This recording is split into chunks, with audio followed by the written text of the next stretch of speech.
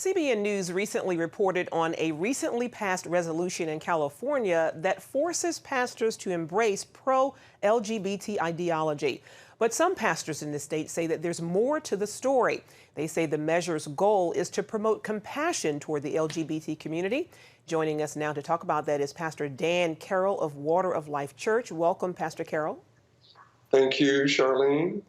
First of all, explain to all of us exactly what ACR 99, this resolution, is and its intended purpose. Well, first, it's a resolution. It's not a law. That's really important to say, that it's nobody's being forced to do anything. It's a suggestion. And so a year ago, we had AB 2943. Many of you are familiar with that because that was a law.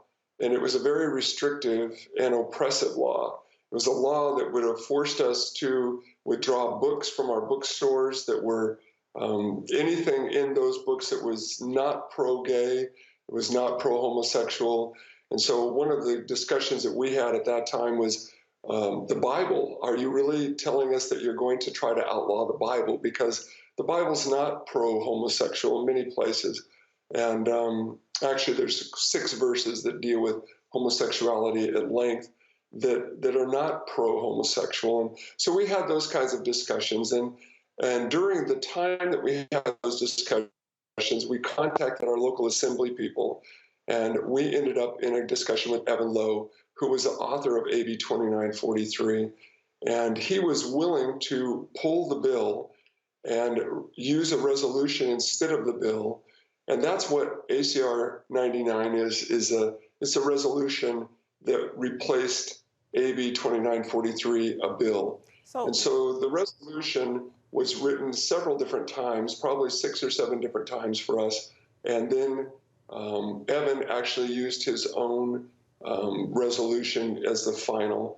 And it wasn't something that we all embraced at any level, but that's kind of the backdrop of what took place there. So let me just be sure, for those who are, arguing that this is going to force pastors to restrict them to, from saying that homosexuality is a sin. So that's not what this resolution is? Well, no, somebody like Roger Gannam, who Roger and I have spoken about this from the Liberty Council, Roger feels that this opens the door to communities passing legislation in their local cities that would be more restrictive. And there's no doubt that this is not a completely positive event. I'm not trying to sell it as that. What I'm trying to say is that it's much better than a law that we have to go to court and fight. And you mentioned, that you and several other pastors have been working behind the scenes with Assemblyman Evan Lowe, the author of the resolution. And due to your relationship, you're saying that the legislation ACR 99 is a lot easier or more favorable toward pastors in the state. Tell us a little bit more about that.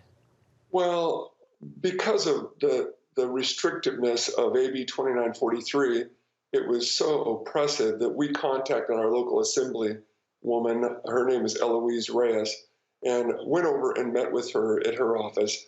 And we had a grand discussion with her, and she was so taken by our time that she offered me an appointment with Evan Lowe if I would fly to Sacramento.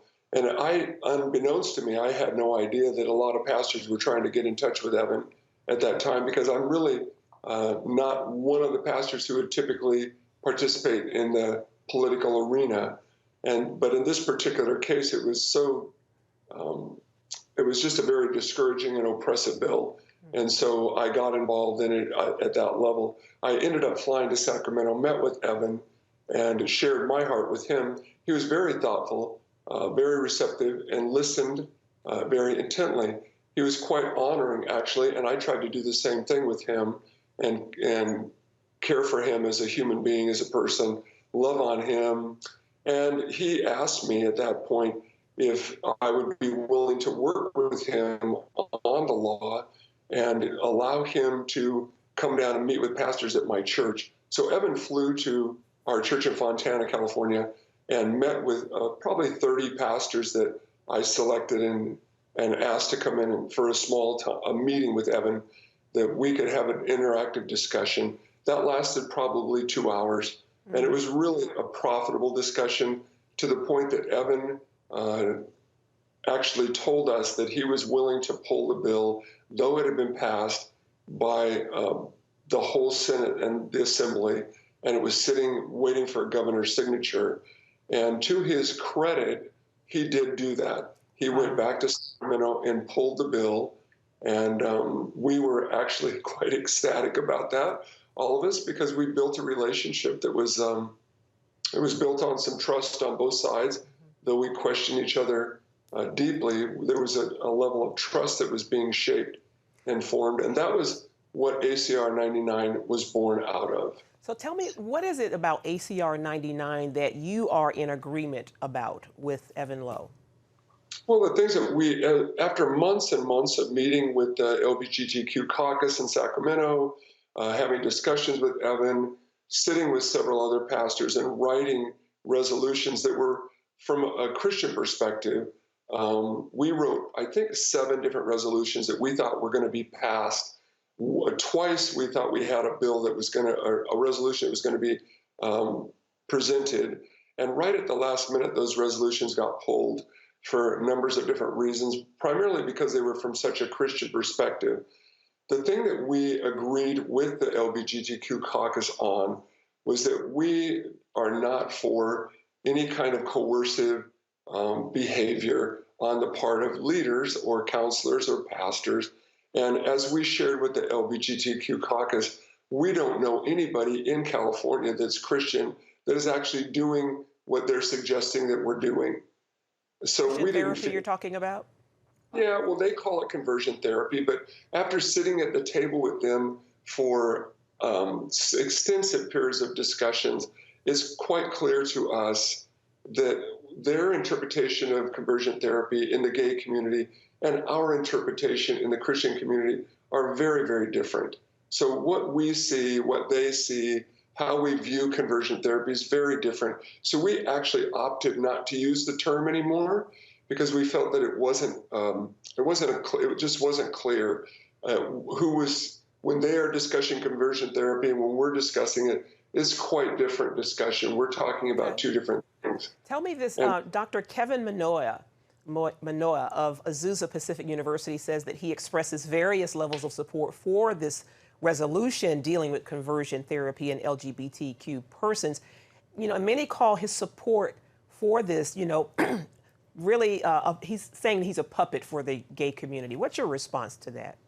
Well, my response, first off, and as I shared with Roger Gannon when we spoke, is that without Kevin Manoa's involvement in this, we would be fighting AB 2943 in court right now. We would be using our resources to fight a bill that would have gone through the court system for years.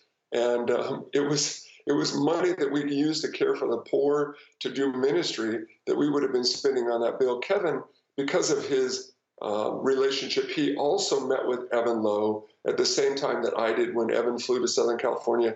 He started a relationship with Evan as well. And so he and I have both had a relationship with Evan.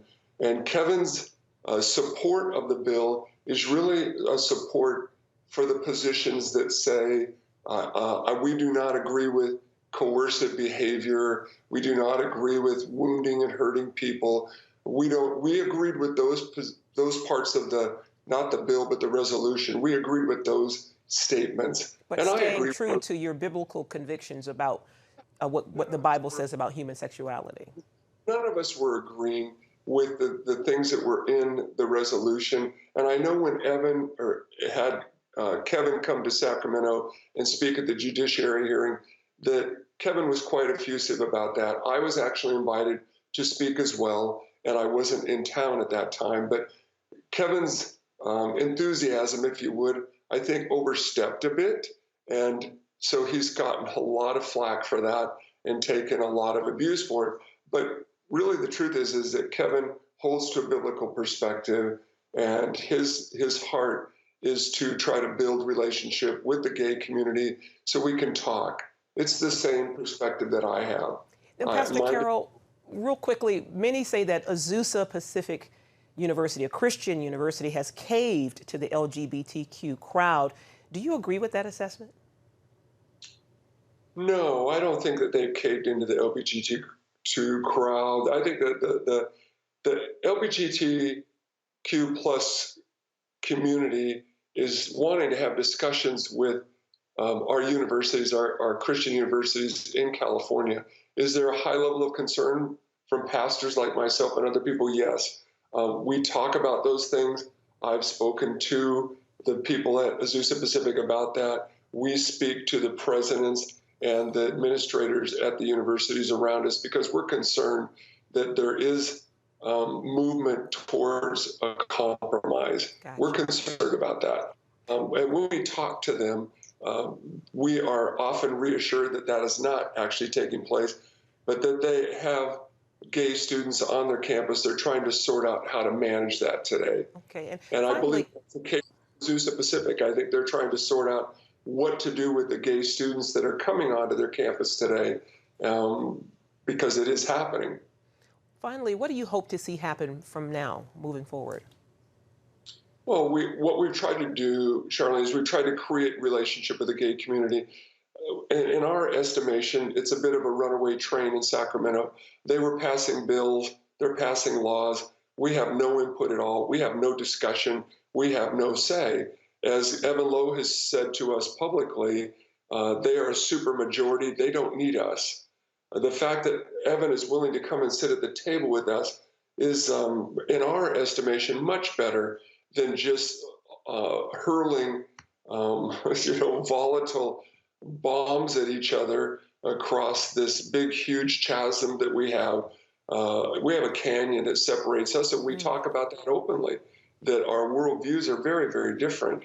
But it's, in my estimation, Charlie, it's much better for us to sit at the table and talk with the gay community than it is just to be angry with each other and misunderstand each other. Jesus always took the time to interact with people. So one of the things we try to do is be honoring, thoughtful, and kind.